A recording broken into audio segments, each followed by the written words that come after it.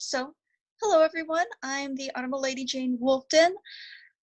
We're going to be talking about the history of playing cards, and in that, there is a lot that we can cover. I was saying earlier today that I could teach a dozen different styles of classes based off of cards. There's propaganda. There is a schism between the classes. There is just how they're made. Where do they come from? Different styles between countries. I'm going to try to do a brief touch on as much as I can for you. I'm going to be sticking mostly in Germany and France, and we're going to first touch on how things got started, where it might possibly have come from, the arguments therein, and how we went from acorns and bells to what you guys see today with the suits if you were, to play cards or go to the casinos. So with that, I'm going to do a screen share, and I have a wonderful PowerPoint. I'm not going to be able to see you once I pull up the PowerPoint because I'll see my screen instead. Please feel free to type questions in the chat if you have something that you really want to know right away, or you want me to stop or slow down. Feel free to unmute yourself and ask me to slow down. I'm more than happy to accommodate. My mundane job is I'm a middle school teacher, so I know attention spans. So I'm trying not to go over that hour limit because I have ADD, and I don't know about you guys, but all right, so let me go ahead and start sharing my screen.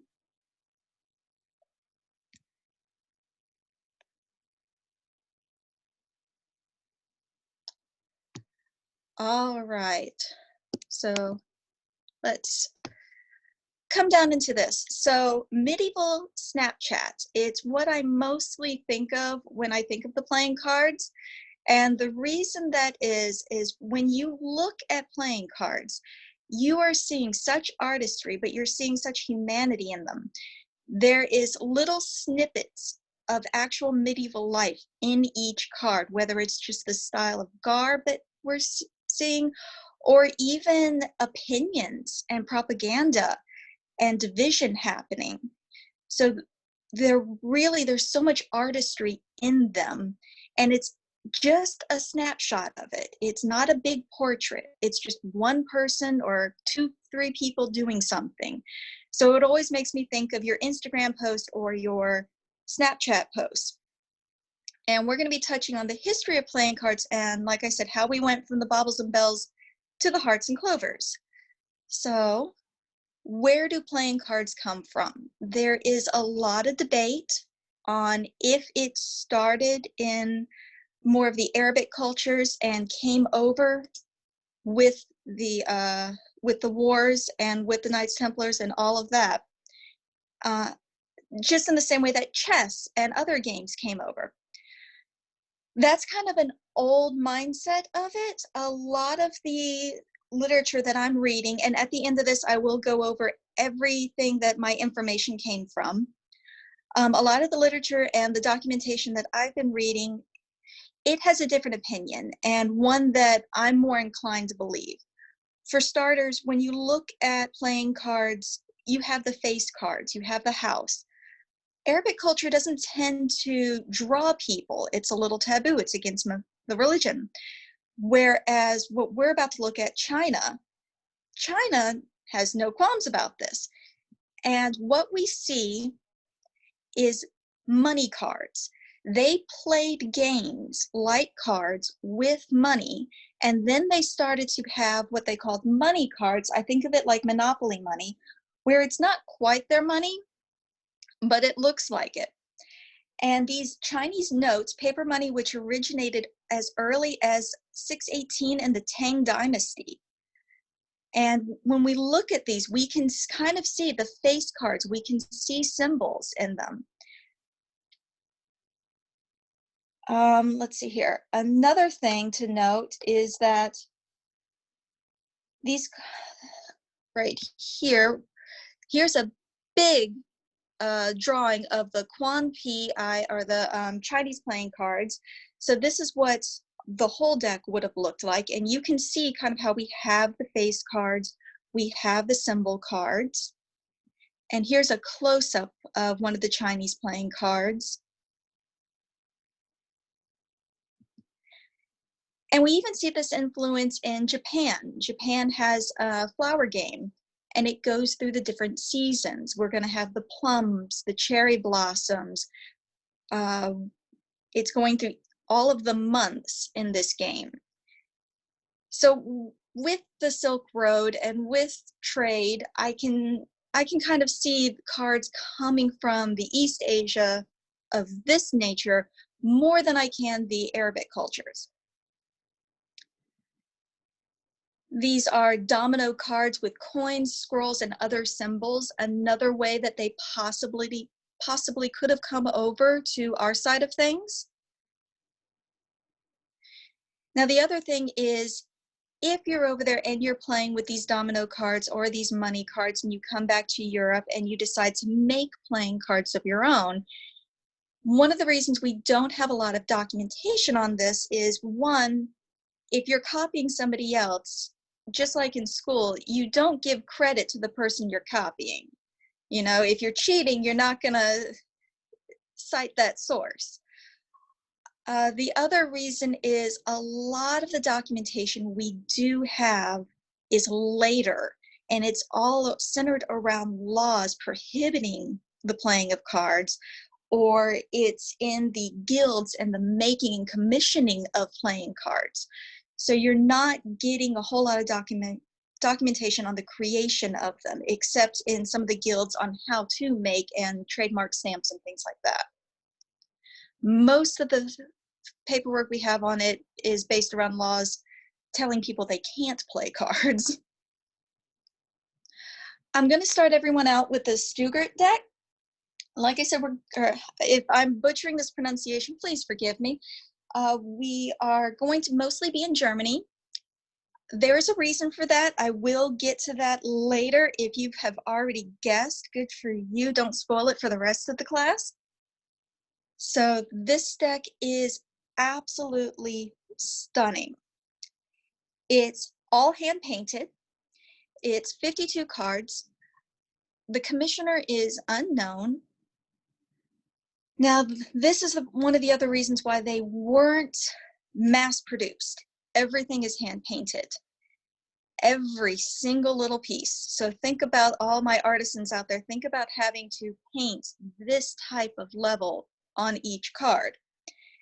This deck is very large. It's 7 by 4 inches, and it's depicting falcons, ducks, hounds, and stags, which is indicative of a German deck. Germany really loved their hunting decks.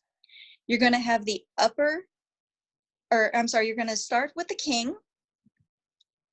So we're going to start with the king, and then of course we're going to have the upper and under knave. We'll have a banner of 10, and the banner represents 10, 9 through 1, and then the queen and her upper and lower dame. So here is our queen, and the queens don't get banners. If you looked back at our king, and this is the king of ducks, he has a banner. The queens do not get banners. You know who they're representing by their dress and by, you know, the animal that's in, or whatever. If it's going to be bells, it's going to be in there. I love one thing that they do with the queens, and they do this with the dames as well. All the animals become diminutive in this. So instead of the large, you know, stag that you would be hunting, it's almost, you know, little dog styled. Here we have the Queen of Hounds, and again, if you saw earlier in the big picture that I had, all the dogs were these ferocious creatures, and here she gets a little tiny toy poodle sitting next to her. So here we have the upper dame, and I believe this is the upper. I haven't seen any documentation on if it's the upper or lower. And the reason I think it's the upper is, one, the animal is very present in the photo.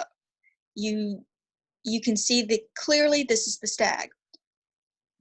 Whereas in the lower, it's very shy and it's kind of hiding behind her.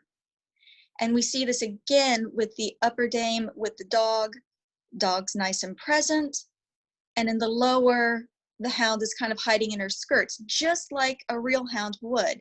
And looking at these, we get that snapshot of animal interaction, people interaction, and even the garb. It's absolutely stunning. So here's our number 10. We have the hound flag. And then you would have the hawks, because that was one of the other suits in this card deck. And you see, you would have to count all these. They do not use numbers on these. And there's the hounds, nice and ferocious. So if you heard me earlier, I said that we start out with a king, and then the progression goes upper knave, under knave, banner, which is 10, 9 through 1, and then queen, upper dame, lower dame. The segregation of the sexes was very common in the earliest cards, hence the queen not having a pennant behind her. It's part of that segregation. Now this deck is made out of paper, glued together, making a pasteboard. So this is how expensive this was. It's not just that paper is expensive, but you have to take multiple sheets of paper and glue them together to make a cardstock. So this game, it's not for your average person. These things would mostly be for royalty or the upper class or the wealthiest of the merchants. So the paper is going to be glued together to make a pasteboard. This deck does have noted with watermarks, the deck showing from the Mill of Ravensburg, which dates back to 1427. It's rounded. The pasteboard was then coated with a white primer and smoothed to a polish, just like you would have used for panel painting. And the backs are solid red, and they're painted with a red lead-based paint. Outlines are etched with a stylus and underdrawn in pen and ink. These cards are smoothed out with gold leaf used in the background. So all this yellow that you're seeing on all these beautiful cards, that is actual gold leaf on them. And the background has been burnished and then painted upon. All right. I'm next going to jump into the cloister, and I'm jumping really far on the time frame by doing this, but there's something special about the cloister deck, which is why I chose to do that. The cloister deck, it's from the Burgundy and Netherlands, and it's got a huge affinity for Germany, and we'll look at it here. It is on display at the Met in New York. I know nobody can go visit it right now, but if you ever get a chance, 10 for 10, highly recommend. This deck is very late period for the style that they're doing. This is all hand painted. There is some speculation on the number series being a stamp, but the people are all hand painted, which is very rare for this late in the game, 1470s. That's not something you would have seen at this point. So this is a very expensive deck for its time period.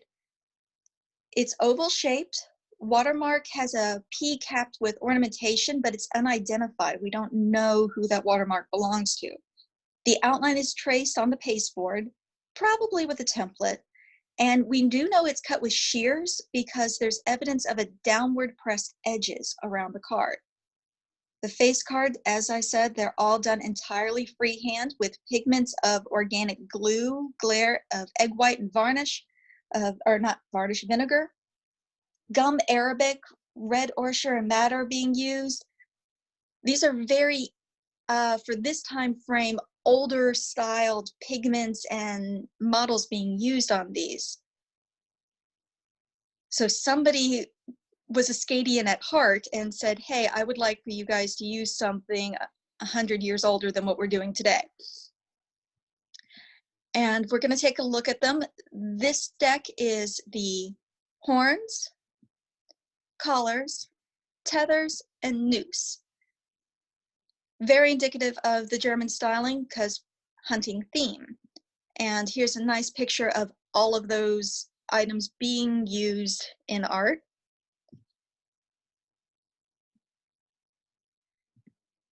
So here we have the King of Noose, and you can see the early period clothing style for this later period art frame. Now they didn't have fools. They didn't like we think of them. When you purchase your deck, you always have a fool in there. They didn't have that. This is actually the knave, the jack. And if you look at this, you can see the knave is different for each face stacking. For the noose, he is a fool. For the collar, he almost looks like a squire. For the tethers, he looks like a foot soldier. For the horn, it's more like a pikeman. So it's very different for each one. And here are the ladies. We have our roses here, all the queens. And you can really get a nice depiction of the different styles of garb, and they're absolutely beautiful. And remember, this is all hand done, so this was not a cheap deck. Whoever commissioned this, they spent a pretty penny on this. So, why Germany? Most of the most of the card printing workshops were coming out of Germany. And the reason that this was happening was because of wood blocking, printing, and the printing press.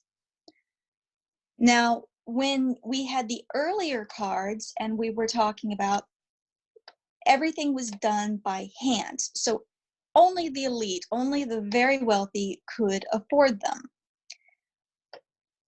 That's not the case now with this. With this, because of being able to do the wood blocking, you're going to have an easier time of making cards. Before, in the guilds, in the guild archive books, we would see a huge distinction between the card makers and the card artists. And in fact, you'd also see a lot of women in between 23 and 77, and 14, 23, and 77, you'd see a lot of female names cropping up as the artists for the cards. And you would see that distinction much in the way a barber and a surgeon. Now, it's a lot easier. And we can mass produce for the common man.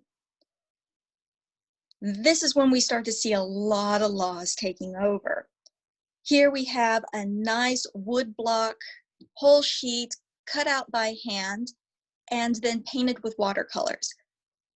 We know this is a German deck. A lot of the German decks where they did the wood block and the watercolors, you always start to see a huge distinction of green, orange, and white. Those were the primary colors they used. It was cheap, it was easy, they could make lots of it. And the fun thing with this was, now, not everybody, but your average Joe could order some cards. He could even commission some. I'm pretty sure that this Swiss deck was commissioned, because obviously they're making fun of somebody. You've got the guy on the top kind of urinating on one of the cards. And you're going to see that tongue-in-cheek in a lot of cards.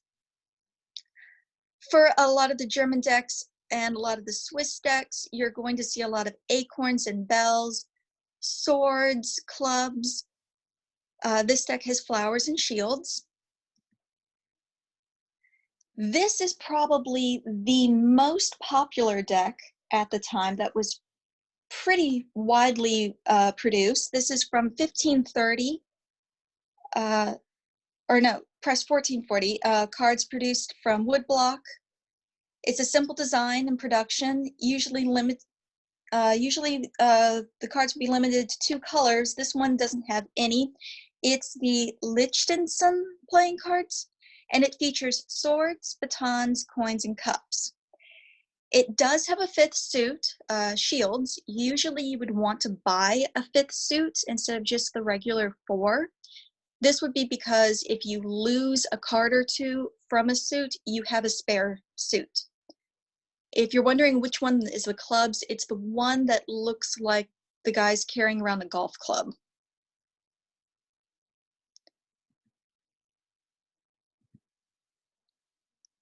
So here we have, again, block printing, watercolors, probably mass produced. So now your average worker is able to afford a deck. So what are the elites going to do? That is where they take this level. So now we're getting into the more expensive. This is an engraved set. They're round playing cards. It was made by a monogrammist, Master P.W., and it's made in the 1500s. This set is divided into 5 different groups. You have the roses, the columbines, the carnations, parrots, and hares. And each suit has 10 numbers, 4 figures, queen, or king, queen, valet, and knave. And it would have been engraved using copper plates. In this case, we see a suggestion of goldsmith and painting training. And when we look at these, so here we have the 9 of hares. This is where we start seeing numbers being used in our cards. And we have the king of hares. And you really get the sense of what they're talking about with the goldsmith and the painting training, because you get a really nice play of shadow in these etchings. So you see a huge difference in the stamped for everybody else, and then the hierarchy still getting something a bit more refined. Sadly, we only have one colored stamp still around, and this is it. And it's the knave of hares, and you see that orange and green indicative of the German decks. I absolutely adore this deck. Here we have the Ace of Rose and the Queen of Roses.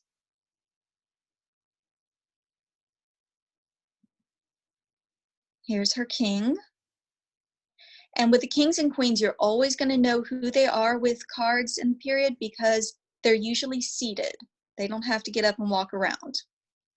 And they're going to be seated either on a horse or a throne. Here we have the Columbine ace and its queen. And this is the knave of carnation. What was this deck called again? This deck, it's created by the monogrammist Master P.W. It's beautiful. It is gorgeous. It's absolutely one of my favorites. And one of my favorite things about this is it's one of the few examples we get of people of color. And I love that there's nothing kitschy about this. He is in period clothing. He is, there's no distinction. And we have the knave, and we have the king of parrots with him.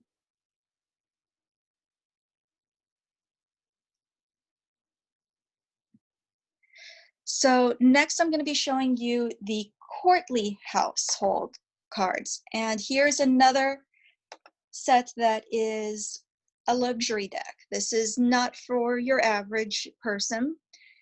This deck is structured in hierarchy of officials and functions in late medieval princely court.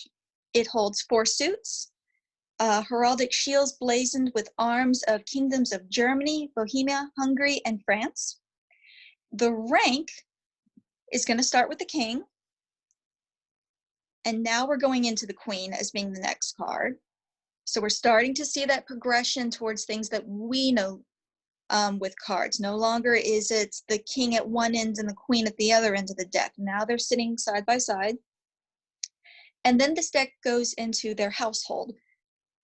All decks have a lady in waiting. And in the household, we'll have everything from a marshal, somebody of that status starting at the top, and the lowest status being a fool. Oh, no, that's the chamberlain, sorry. So it could be a marshal or a chamberlain, and the lowest status being a fool. Now, one thing I really do love about this deck is that you have 23 subordinates. So first you have your king and queen, And then after that, you're going to get the 23 subordinates, and they all range from all walks of life. And the lower you get, you kind of see their viewpoints of status. So we'll have things as from doctors to fishmongers in this. So here we have the hawker, and you see he's ranked at a number 5.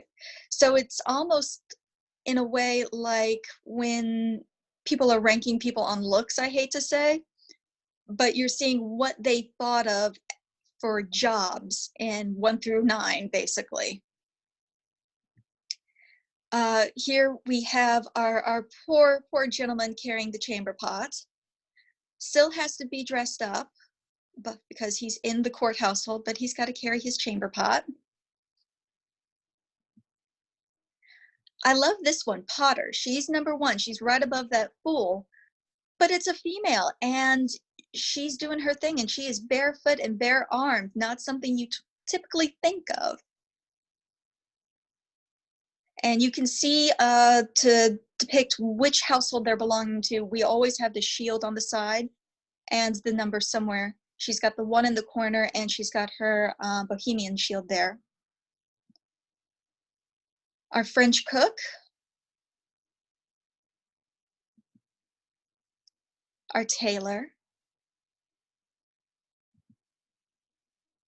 your barber. We have our doctor, and here's another example. When I'm saying you have, these are Snapchats, little snippets of medieval life. They've got him checking the urine, he's shaving somebody, and we even get to see what type of blade he's using. We get to see the shears and the types of fabrics and the tables that they would have used, because we can look at that table and see how it was made. There's so much more in these cards than people really think of. Our archer. I mean, and tell me that's not an Instagram post right there. Our fishmonger. And our trumpeter with his, I'm guessing that's a monkey. I'm not sure, but I'm going to go with a monkey. So this deck, as I said, it would have been 23 subordinates. It's a complete, we don't have the complete deck, but the complete deck would have been 48 cards, made with wood blocking, mounted on a plasterboard, and then colored with watercolors and opaque paints. The enhancing tools, gold, they would have used gold and silver in special parts, especially with the royal household. And the inscriptions that we see are all done with ink and pen. And we're seeing numbers on these, which is, again, something newer, something late period. And the backs of these are black. Most cards, they didn't waste paint on the backs. If it was something that was commissioned, that was extra, because you're not going to waste that paint or that ink. So most cards are blank on the back. These, however, obviously not. These were painted black on the back. So the French takeover. So this is where we start to see a huge shift, and we're going to see this around the Tudor era and into the Elizabethan, definitely. So before all this, we've been doing everything with people commissioning, deciding what they wanted, how they wanted it. Do they want bells? Do they want acorns, swords, clubs? Do they want lilies? Because if you're paying for this, you get to decide. Well, now that we have the woodblock printing and the printing press, we want to mass produce it. So we're going to start uniformizing things, and that's where the French step in, and they start making the cards that we know of today. So they would make it on these great sheets, and they would stick to 2 or 3 colors. They would have the same symbols, and they would be able to hand color them, or they would also take just a stamp press and press it on. depending on how cheap you're going. These would be like a moderate size deck. So you're going to make a great sheet of this, and then you're going to individually cut out each card, just like we were looking at way back with the hand-stamped ones. So the backs would be plain, and this would be late 16th century being made and giving a nod to the early Tudor period. So why these symbols? Here's why. So this is the spade. We've all seen it, but think about the naming. The pike head, the leaf. A lot of early period cards, you're going to see a leaf. The English for spade, Italian espada, sword. So we see that a lot of cards used to use a sword or a shovel. This would have symbolized the nobility or the military even, because the pike head. The French have this funny little thing where they like to name their cards as well. They usually pick the naming of cards from the Bible, great conquerors, when you go really late period, or even Arthurian figures. So all the spades from king, queen to jack is going to be David, Felis, and Hogar. And the male, they are male cards. They also attribute a gender to cards. So for this is the spade, and this is why it is shaped like this on our decks. The club. So remember that one deck that we were looking at earlier that the gentleman had a club. It looked more like a golf club. Well, in a lot of the Germans, we also used acorns. Well, you feed the pigs clovers and acorns in this time period. So the Spanish club, the English club, you couldn't have a sword because you were a peasant. So you had a wooden stick, a baton, a club, and this card is usually symbolized for the peasants. And the names associated with it are Alexander, Arjun, and Lancelot, and it is also a male card. Basically, if it was a long card, they named it for men. If it was considered a round card, they named it for females. So the heart, basically it's red. What I found interesting was that they played it off of the cups and chalices, which symbolized the clergy. And they thought of the love of God, the blood of Christ, however you want to put it. And that's where they came up with the heart. Charles, Judith, and I'm not even going to try because I want to say Lahire, and that is not it. I'm too Southern for that. It is a female card. I also find it interesting that the church's card is female. But that's me. Then we have the diamond, which is not a diamond, actually. It's a paving tile. If I have any people in my audience who are heralds, you might have always looked at this and thought of the symbol for stone. Also crossbow bolt. So this was used for merchants, and the symbol for merchants in a lot of the early period cards were stones or were bells and coins because of money. And if you have money, you can afford tile floors instead of having rushes and instead of having just straw on your floor. So that's why the merchants got the paving stone, because it symbolized wealth. Caesar, Rachel, and Hector are the names associated with this card, and it is a female card as well, because the bells were round back when this was bells. So a lot of the material that I went over, we started out with China and their money cards, and we progressed to why cards look the way they do today. We covered quite a bit, and everything that I've gone over, I've mostly gotten from these books. Card Games by David Parlett, and from the Oxford Guide to. This book I have read so many times. I highly, highly recommend it. The World in Play, Luxury Cards, 1430 to 1540. Earl Wolfson gave me this book, and it is magnificent. It actually gives you dimensions on cards and the item or how they were made, like the ingredients that went into making all these cards. What was in the paint? Did they use gold leaf? What type of tool did they use? Was it etching? Was it copper plates? This book goes into all of that, so I highly recommend this one.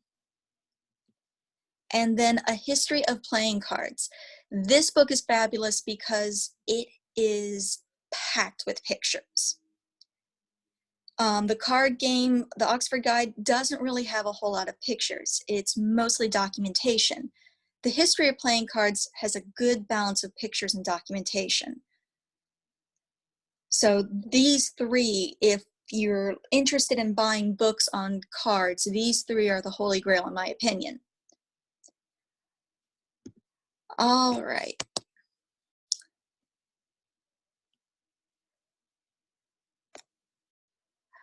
So that is a very brief introduction into the wonderful world of playing cards. As you saw, I could go way out in left field on a lot of this because we see things on the separation of sexes, we see things on the separation of classes. You can get into propaganda because if you're commissioning these, you can spread what you want, like we saw the guy peeing on the shield in one. There are so many decks out there that it's absolutely insane. One of my favorite decks, very late period, you see a little guy, there are these two head hogs in each ones, and they seem to be pooping on something in every single card. It's like a little Easter egg of, can you find the turd? Let me check some of these questions real quick because I see I've got some. Hi. World at Play, 25, yes. The third book and the author, the third book is A History of Playing Cards. I know this is backwards, I'm sorry. A History of Playing Cards and a Bibliography of Cards and Gaming, and it's by Catherine Perry Hargrave.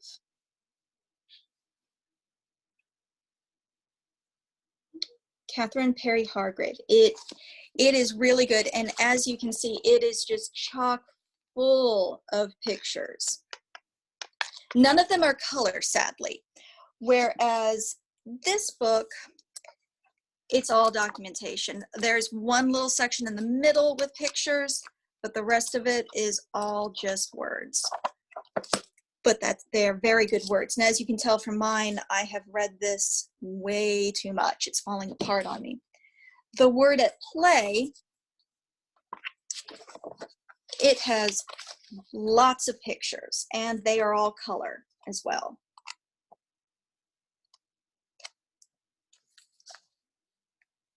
I have another. The first book was The Oxford Guide to Card Games.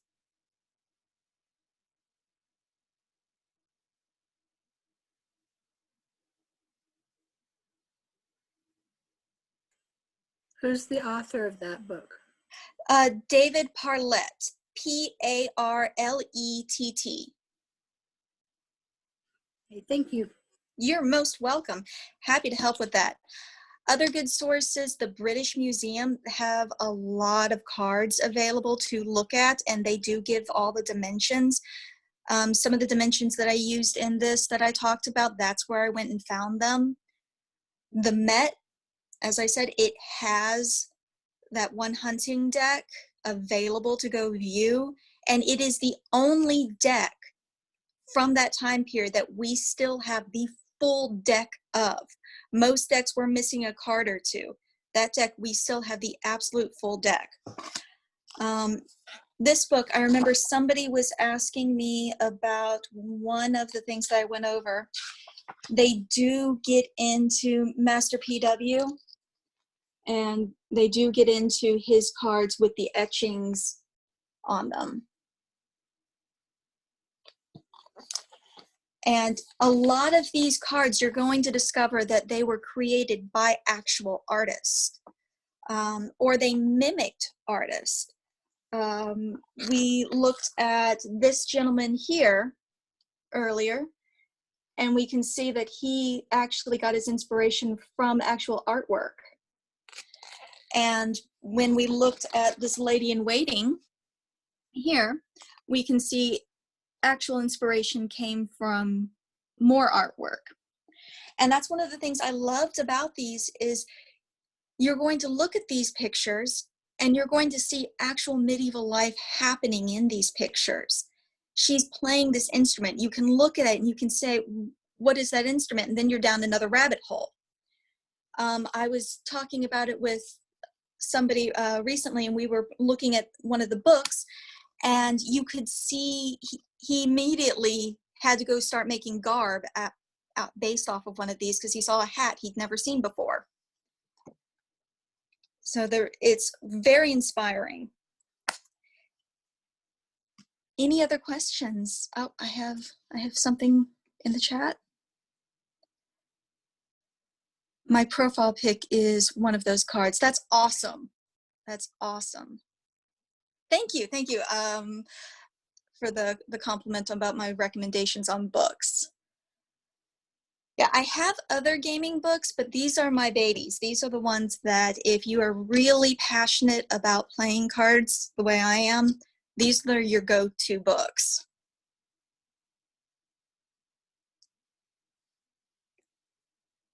Oh, that's the instrument she's playing. Exactly. Yeah, I didn't know what instrument it was, but I knew somebody out there would look at that and immediately be like, oh, that's that. And it's like I said earlier when we were looking at the table, you could see that it was a folding style table, and it was one of those tables we would use in camp that you could put together on the fly. Oh, good, thank you. Yeah, this one I found randomly on Amazon, and I found it was a library getting rid of it, so I got it for $5. I don't know if you guys will find it for that, but this was the best money I ever spent on, like I said, this one, Earl Wolfson gave it to me, and I don't know how I'm ever going to pay him back for that one. And this one was a Christmas gift. But yeah, any other, like I said, I'm not really going into the games today because I wanted to give everybody a brief overview of a vast period of time on a progression of cards. Oh, we have more questions. Okay, there you go. Yeah, games are happening tomorrow. So I know I'm done 15 minutes early, but that's because I kind of talked fast. Sorry.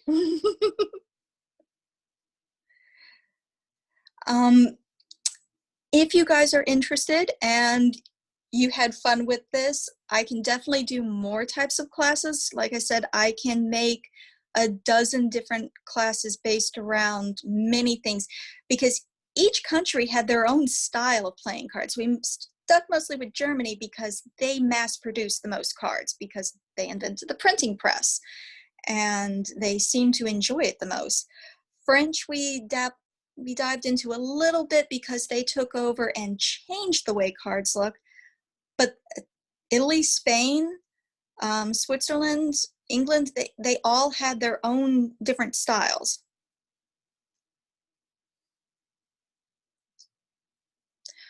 Oh, I see stuff in the chat.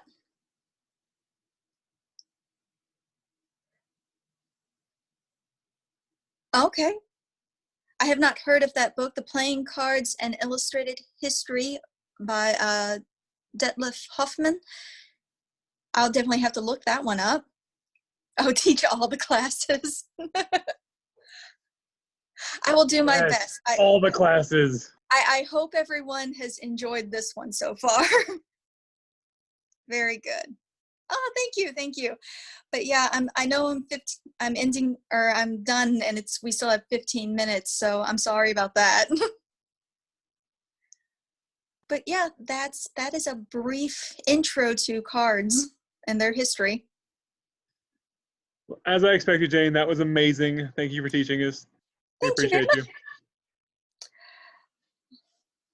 Make sure everybody goes and signs in. I dropped the sign-in link into the classroom space, so please do sign in and catch us. We have another class coming up at 7, so All hop on over right. to that. All right. Thank you guys.